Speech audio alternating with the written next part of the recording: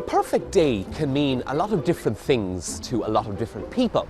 It could be a walk in the park on a crisp winter's day, having a nice cold beverage in a cosy pub, or a day of casual sightseeing. But when it comes to politics, and particularly general elections, is there such a thing as a perfect day? Around here, they take their politics seriously. Until 1918, polling could take place over several days and sometimes different days in different constituencies. But since 1931, every general election has been held on a Thursday.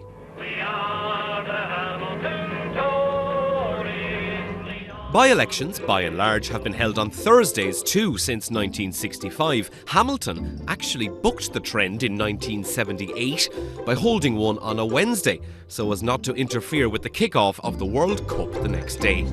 This time they've even fixed it so that politics can't be interrupted by football.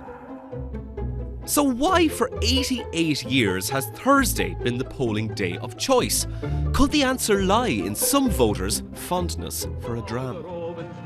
Whiskey, whiskey, Nancy, whiskey, whiskey, whiskey, Nancy, oh. Some say Fridays were outlawed because voters were typically paid on that day, so workers might be too busy picking their pint to pick their MP. Meanwhile, it was supposedly feared that churchgoers might be influenced by what they heard from the pulpit if the vote was held on a Sunday. So supposedly a midweek day would mean that voters were as far away from those two influences as possible. Now, Thursday was traditionally market day, so a lot of voters might go into the polling station on their way into town. But can the day of the week actually make a difference when it comes to motivating voters? Motivation is Jonathan Cook's business. He's a personal trainer in Edinburgh.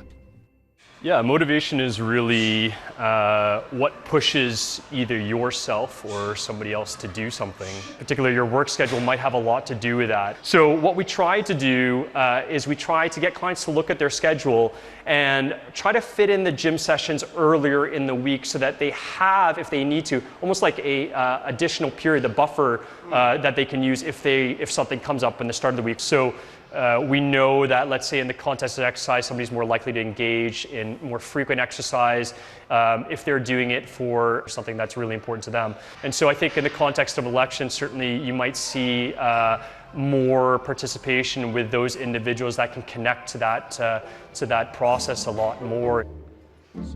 So motivating voters could be as simple as scheduling polling earlier in the week and making them feel that their vote can yield tangible results, just like in a gym. Okay, what about weekend voting? The idea has been criticised for being too costly in overtime for election staff. But Professor of Politics at the University of Edinburgh, Ailsa Henderson, is living for the weekend. I mean, I think there's two things going on. One is allowing turnout on more than one day, and two is allowing voting on a weekend. So if you want to, there is a large section of the electorate that has to work on the weekend. So allowing it on more than one day, where one is a weekday and one is on the weekend, would probably maximize your turnout more than anything else. The day of the week doesn't just affect the type of people who show up, but also the type of people who don't, which could play to some parties' advantage. We do know that certain types of groups are more likely to support certain political parties. So we do know decisions about timing during the week, timing during the university term, for example. We know that certain things can have consequences for who turns out to vote, but I'd like to think that no political party is actively choosing options that encourage voters to stay away from the polls. And many will stay away, either because people just don't care, don't like the candidates, or maybe life gets in the way. So maybe when it comes to polling, a perfect day doesn't exist. If it does, experts say it should be a day on which voters care about the issues at hand, can identify a candidate whose thinking aligns with theirs, and can easily vote. Well, maybe someday.